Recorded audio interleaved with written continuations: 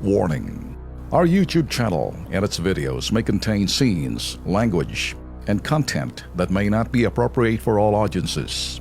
These videos include surveillance footage, undercover pursuit of suspects, actual police and rescue operations, and fearless confrontations.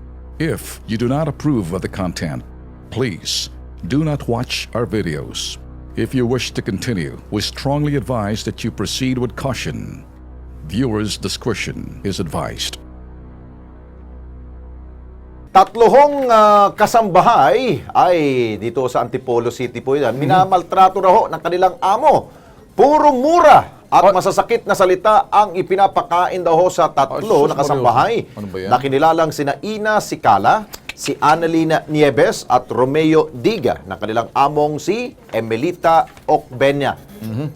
Madalas din daw po silang malipasan ng gutom sa sobrang trabaho.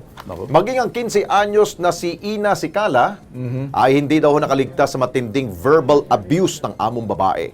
Kaya ho, ang ginawa ng tatlo nito ay tumakas lang po sila noong Martes na 4 ng Hulyo. Pero ngayon ay natatakot na sila dahil napag-alaman nilang inireport sila ng kanilang amo sa pulis at pinagbintangan daw silang nagnakaw ng mga alahas at ilang gamit sa kanila pong pinatagtatrabahong bahay.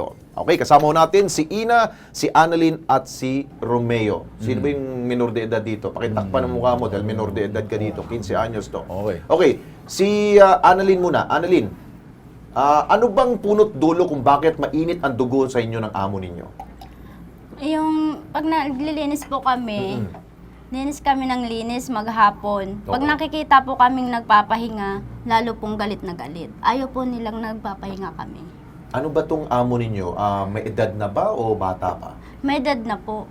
ilang Kaso galing po sila sa mahirap. Na Oo. biglang Nagbiglang yaman? Parang gano'n? Okay.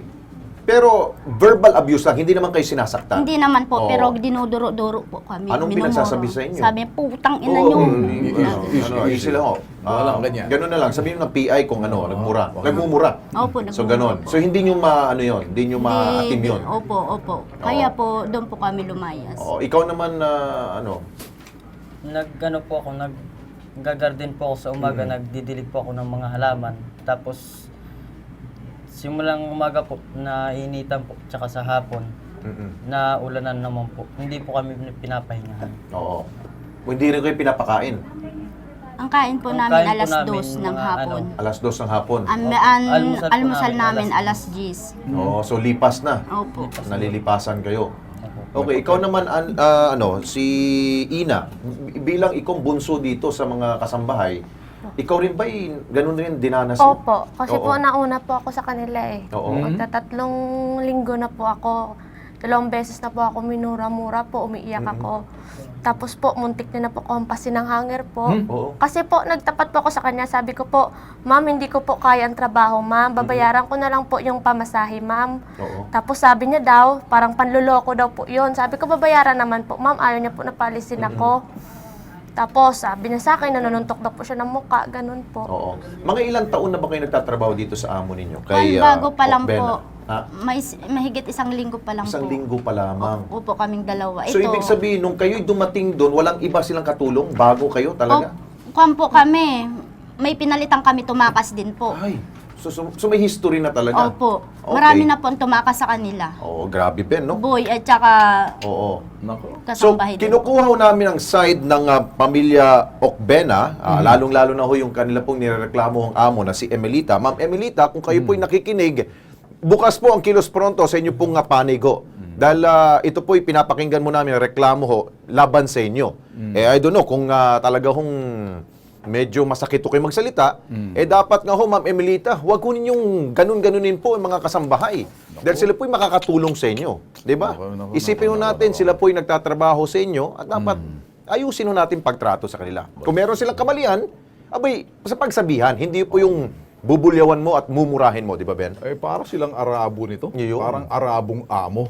na nagmumura pagkatapos papakainin ng alas 10 ng almusal, ang pananghalian alas 2. Nako. Kita mo naman, ay yung panghapunan ninyo, anong oras? Mga alas 7 na po. Alas 7. Late Oh, na rin. ganun. Oh, yun, nakita mo naman. Oh, pero kayo ba sinampahan ng kaso? Ano pa mga kasong sinampa sa inyo? Sinampa po sa amin, istapa po. Estafa. Estafa. O ba, bakit kayo nag-estafa? Kasi, ang sabi daw po, Dahil nga daw po dun sa tumakas po kami. tumakas po kami, tapos Nakapagbintangan nagnakaw po daw kami kami ng alahas at saka kwan po, nagkwan daw po kami, Biniligtad na kayo? Opo, nagbali daw po kami ng 3,000. Diyos Maria Joseph. Ako, O ito, siguro. Kausapin na ho natin para sa Kilos Prontong Aksyon. Makakausap po natin si Ma'am Maria Zenaida Campita. Siya po ang Regional Director po ng DOLE 4A. O ito pong Department of Labor Employment dito po sa Region 4A. Ma'am Zenaida, ma'am, magandang hapon po sa inyo. Ma'am Zenaida, good afternoon po. Magandang hapon. Opo, si Alex Santos po, kasama ko po si Ben Tulfo. Ito po yung Kilos Pronto. Meron kami ho ditong kasambahay, mga trabahador po ito na isa pong homeowner, dyan po sa Antipolo City. Ang sabi ho sa kanila, madalas daw silang minumura at hindi daw ho tama yung ang oras ho ng kanila pong pananghalian, hapunan at agahan. Ano pwede ho nating action dito, ma'am? Okay, sir. Sir, ganito po yan. Kasi yung ang nasasaklaw po ng aming authority on kasambahay ay yung compliance on general labor standards. So, Okay. sabihin, yung kanilang basic wage, yung dapat na tinatanggap nila. At kung pagdating naman dun sa mga verbal abuses, sako po yan na pwede po silang ipatawag sa barangay. Sa barangay? Opo, opo. Oh, okay. Kasi pwede silang magsampa ng reklamo against their employer. Pero kung pagdating naman po dun sa kanilang sahod, mga kailangan na hulugan, ay sa amin po iyon. Oh, di ba meron ho tayong batas ho niyan sa kasambahay law, ma'am? Kasambahay. Opo, opo. Yes, ma'am. So, ang minimum po sa Antipolo City, nasa 2,000 na po yan. Ang nakaset Okay. sa ating wage order 2017. So kung 2,000 po, ibig sabihin below 5,000, dapat ay Ma'am, binabayaran excuse ng me po, employer. ma'am. Hindi po sweldo po ang kanilang pong problema. Yun Okay. nga ho yung verbal abuse at hindi Yun nga, magandang sir. pagtrato sa barangay kanila. po yan, Yes. sir. Opo, Ah. opo. Next, sabihin mo. Ma'am, si Ben Tulfo, sinampahan din ho sila ng kaso kasi dahil hindi na makayanan. Sinampahan sila ng kaso ng estafa raw at nagnakaw. Ganun. Eh, So, talaga iba- pong pag yung mga ganyan, sa barangay po yan. Okay. And then local police na po. Okay. Ang sa amin po talaga yung general labor standards. Okay. Apo. Sige ma'am, kung ganito, dahil total, may pulis na rito ata na pumasok. Pinasok na ba kasi sa pulis? Nakablatter sa pulis? Nakablatter. Nakablatter. Sige ma'am, nasabi niyo na sa amin, ito, kakausapin ho namin itong sapaw, ha? Opo, ma'am. Tulungan na din po sana na Alright, opo. punta sa public attorney's office. Okay. Sige po, ma'am. Thank you so much po You're sa welcome DOLE. po. Okay, nasa linya si Attorney Demetir Huerta, siya pong OICO ng Administrative Services ng Public Attorney's Office. So, Pao, Attorney, magandang hapon po. Ay, magandang hapon po sa inyo. Opo. Ginoong Alex po at si Ben Alex Tulfo. Santos Opo. at kay Ginoong Tulfo. Opo. Attorney, anong pwede natin alok na tulong po dito sa mga kasambahay? Dahil nga ho, ito po yung verbal abuse at yung pagmamaltrato na rin ng isa pong dito ho sa isa pong homeowner po sa Antipolo City. Kanila pong amo. Oho. Sir, maliban yan, dadagdagan lang. Sinampahan ho sila ng kasong estafa raw sa Ayun. pulis. Parang nagnakaw kasi hindi ho nagustuhan pag-alis, ano? So sinampahan sila ng kaso ng estafa raw at kung ano-anong pinatong doon, alahas, at kung ano pa yung mga sinabi, alahas daw nawala. Alahas at saka nagbali daw po kami ng Nagbali daw 3,000. sila ng 3,000. Sa mga ganitong klaseng kaso, kawawa naman ho itong mga tatlong kasambahay na to. Ano ho magagawa ho ng Public Attorney's Office? Well, kung may sinampa pong reklamo laban sa kanila, halimbawa ang kasong kriminal na estafa, pwede naman ho nating maasistehan yan sila, mabigyan natin sila ng abogado upang samahan natin sila doon sa Police station sa police station pa lang Yes. po ba ito? Opo, nasa police station na ho Police station pa lang ito, Opo. maring binlater pa lang. Kasi Okay. kung reklamo o kaso na yan, Ah. dapat sa piskalya ho sinasampa yan eh. Oo. So parang lumalabas, attorney, hindi pa umabot sa piskalya, talagang ginamit lang yung pulisya. Pero just in case, natatakot ho sila, baka mamaya pick upin na lang sila, tapos hindi lang malaman, nasa piskalya na yan, ano hong dapat magawa ho rito? Kasi hindi ho malinaw kung estafa ba o theft or depende ho sa Kaya nga ho, kasi alahas. Alam niyo naman ho kasi kung minsan may mga among talagang sinasampahan ng kung ano, pinapatungan ng mga kasong mataas. So yung sinasabing grand theft na kung minsan aabutin ho ng 800,000 ba yan, sir?